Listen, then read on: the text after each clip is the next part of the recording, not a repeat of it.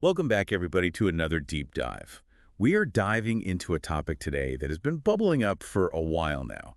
We've seen it on the streets, we've seen it online, and we've definitely seen it in our wallets. Yeah, that's right. We're talking about the rise of streetwear and its collision with the world of luxury fashion. Hmm.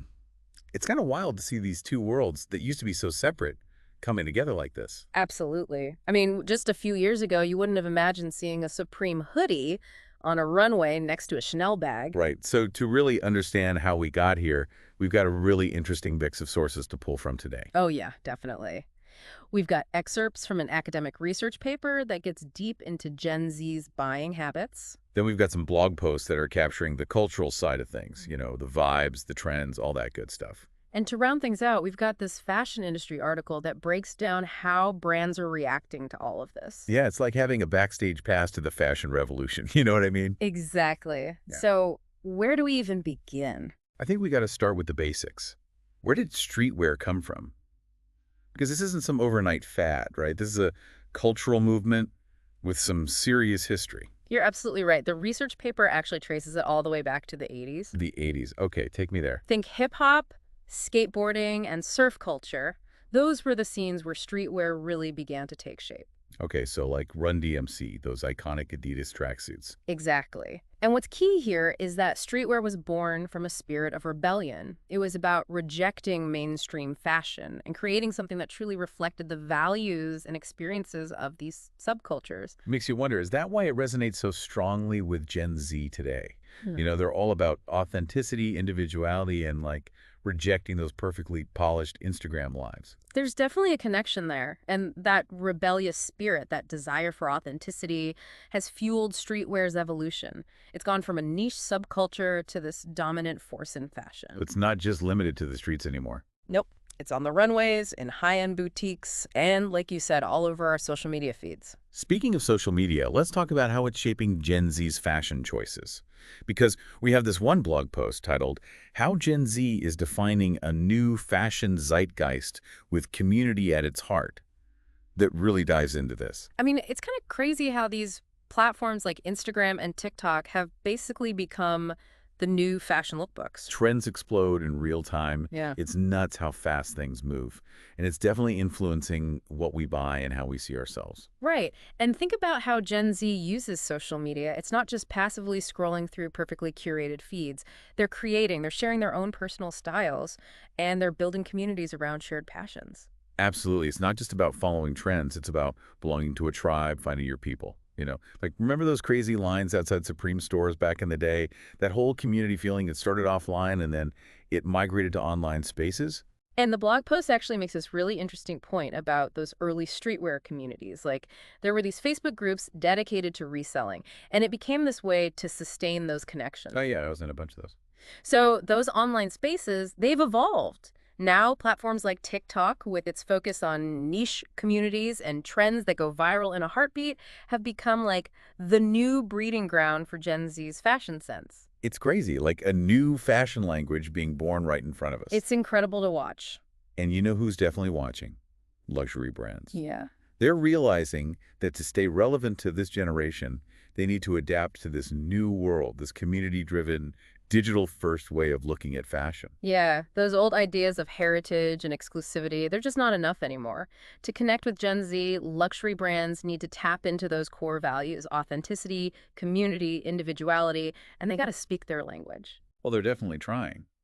The fashion industry article highlights how brands like Louis Vuitton, Balenciaga, and Gucci are all incorporating streetwear aesthetics into their collections. We're talking oversized hoodies, chunky sneakers, collaborations with streetwear designers. Like, the lines are totally blurred. It's a whole new world. And this fusion, it's not just about aesthetics either. It's about a shift in attitude.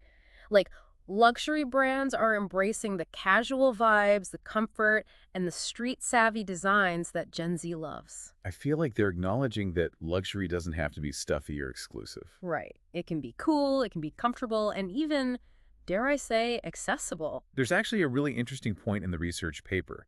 It says that today's streetwear buyer could very well be tomorrow's luxury buyer. Yeah. So these worlds are becoming increasingly intertwined. It's a really key insight. Streetwear brands are gaining legitimacy, status, and stepping onto the same stage as those luxury houses, while those luxury brands are embracing the energy and the authenticity that drew people to streetwear in the first place. It's like a really interesting exchange is happening. And fueling this whole thing, it's Gen Z's unique relationship with fashion. For them, it's not just about what you wear. It's about expressing your individuality, connecting with your tribe, and making a statement. And speaking of making statements, let's talk about how Gen Z is using fashion to challenge the traditional, the old way of doing things. They're breaking all the rules. Oh, yeah, and the blog post talks about this core phenomenon on TikTok, where specific aesthetics, they kind of become trends and form their own communities. Dadcore, normcore, balletcore, gorpcore. There are all these different cores out there, and they all reflect these diverse interests and subcultures. And it's like a fashion vocabulary they're building. Exactly. And these cores allow them to play with fashion, break free from those old rules. Like they're pairing sneakers with suits, Hoodies with designer blazers. blending grunge and high-end elements in ways that would have been, unthinkable just a few years ago. I kind of love it, though. It's fresh, it's fearless, and it speaks to this larger cultural shift where self-expression and individuality are valued above everything else. It's a breath of fresh air, isn't it? Totally. And it brings us to another important point, customization. Gen Z is all about crafting their own identity through their clothing choices. The blog post, it highlights their love for one-of-a-kind pieces, whether it's hand-painted sneakers or personalized jackets or even thrifted finds. It's about creating something truly unique. Right. They're rejecting the mass-produced cookie-cutter aesthetic. And you know what? The research paper actually argues that this whole direct-to-consumer model where fans are buying straight from their favorite brands, it aligns perfectly with streetwear's anti-establishment roots. Yeah, it's about cutting out the middleman and building a direct connection between the brand and the consumer. And for Gen Z, it gives them more control, allowing them to personalize and customize their purchases. They're not just consumers, they're collaborators in creating their own style. It's like a total power shift. It really is. And speaking of powerful cultural forces, we can't forget about sneaker culture. It's a global phenomenon, and Gen Z is at the center of it all. Oh, yeah. Sneakers have become so much more than just shoes at this point. They're a status symbol, cultural currency, a way to express your individuality and connect with a global community. The research paper goes deep into the sneaker resale market and how these limited edition releases, they create this sense of exclusivity and just drive insane demand. There's a whole economy built around sneakers. And Gen Z, they understand this market better than anyone. They do. And it's fueled by this hype culture, the thrill of the chase, owning the latest, most coveted pair.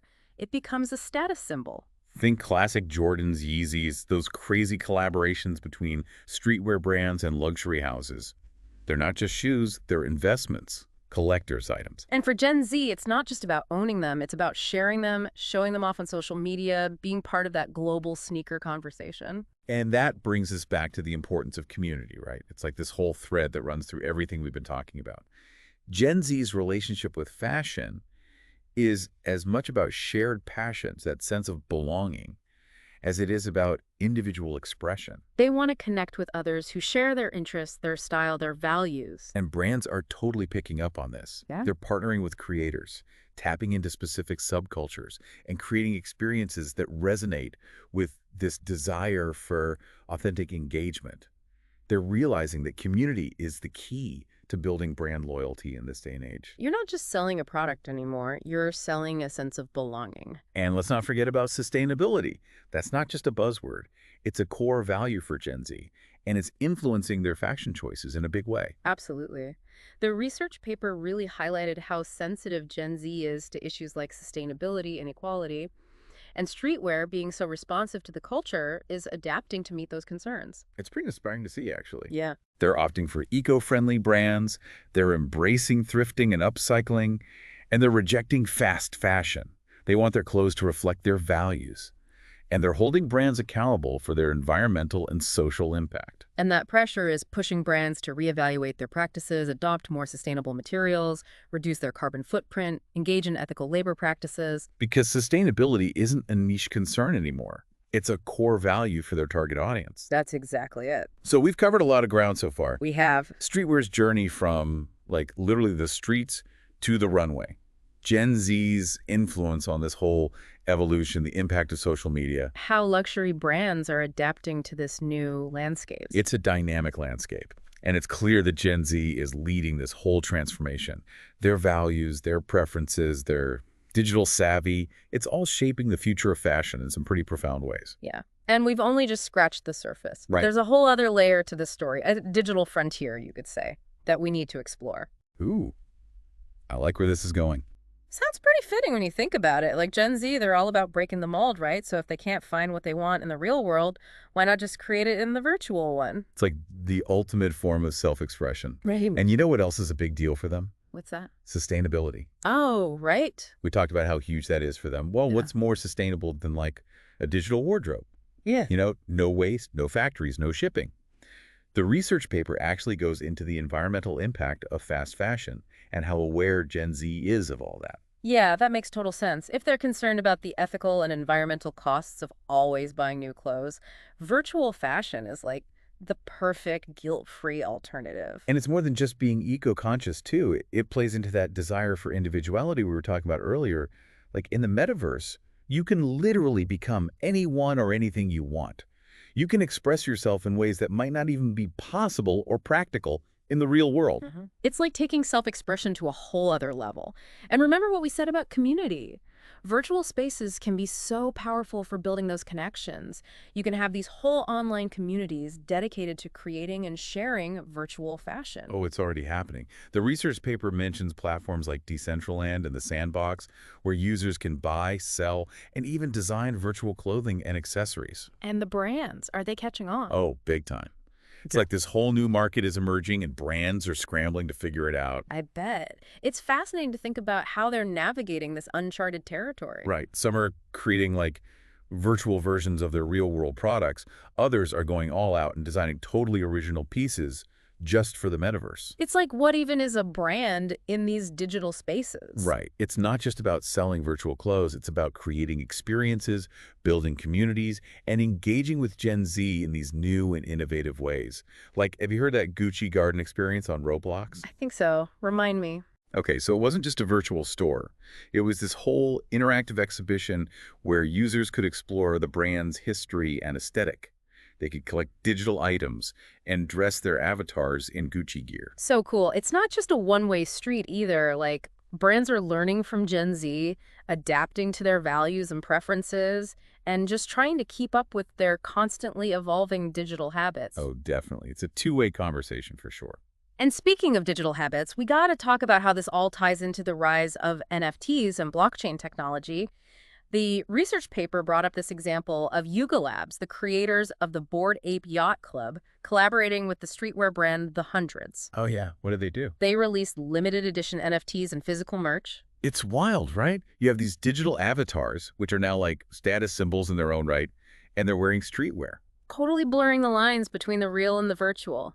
And the thing about blockchain, it's not just about aesthetics either. Like, think about how it can be used to verify the authenticity of those limited edition streetwear items we talked about earlier. Oh, right, Like, yeah. No more worrying about whether those Yeezys are the real deal. That's huge. It's like each piece has its own digital fingerprint. Exactly. But it's also about sustainability.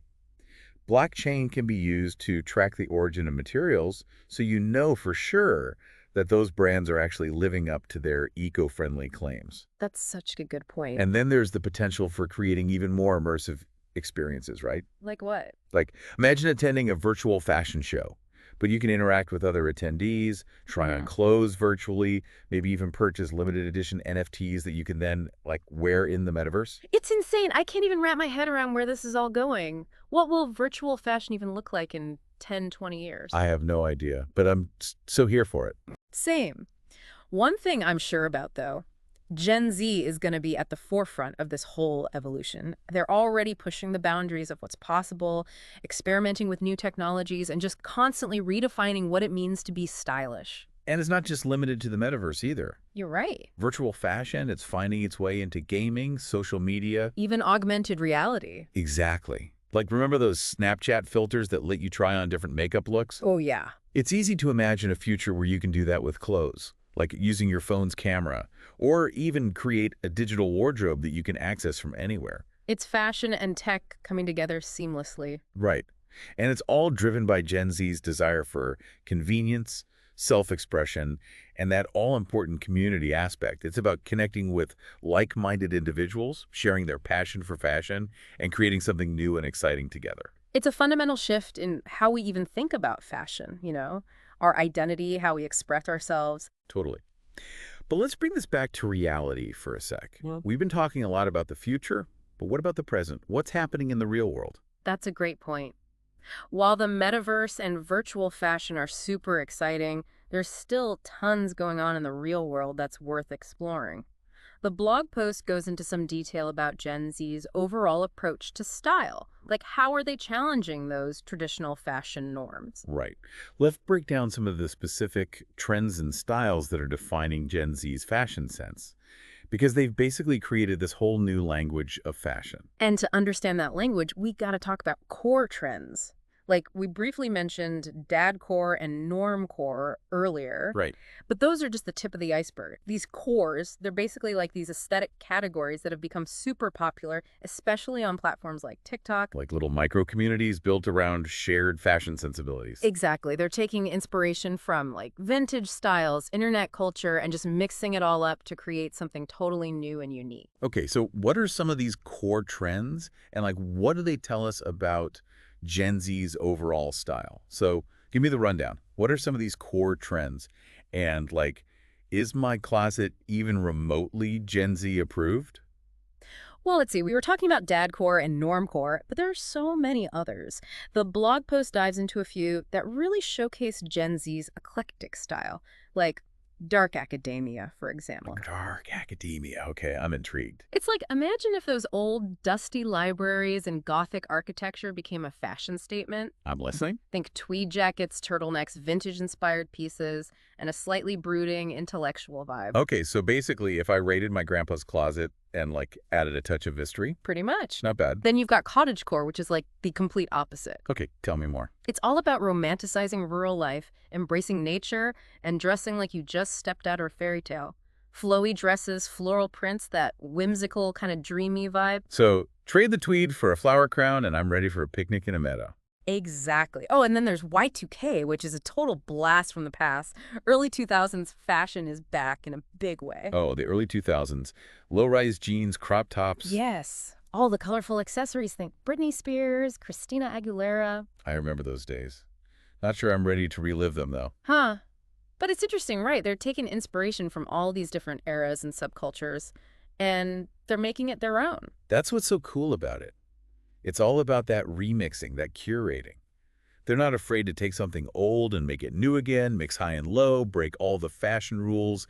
And this is where their love for thrifting comes in, right? Yeah, absolutely. It's not just about finding a good deal. It's about those one-of-a-kind pieces that have a history, that tell a story. It's about sustainability, but also about rejecting that mass-produced cookie-cutter look. And it all ties back to that desire for individuality. They're creating their own style, something that reflects their values, interests, and who they are. Like wearable art. Yeah.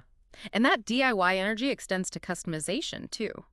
Remember all that talk about hand-painted sneakers and personalized jackets? Oh yeah, they're not just consumers, they're creators. Exactly. And that creative energy is flowing into the digital world as well, like those virtual fashion communities we were talking about. Yeah. It's not just about buying digital clothes, it's about designing them, pushing boundaries, and coming up with entirely new looks. It's like they're building digital fashion empires. Yeah. And the line between the real and virtual is getting blurrier and blurrier.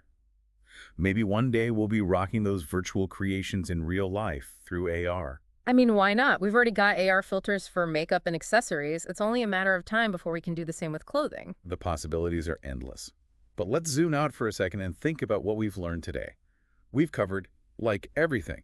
Streetwear's history, Gen Z's unique approach to fashion, how streetwear and luxury are merging, plus the whole impact of social media and the rise of virtual fashion. It's been quite a journey. It really has. Yeah. But one thing's crystal clear. Gen Z is driving the future of fashion. Their values, their love for digital, it's all changing the game. And they're doing it with a sense of purpose. Yeah.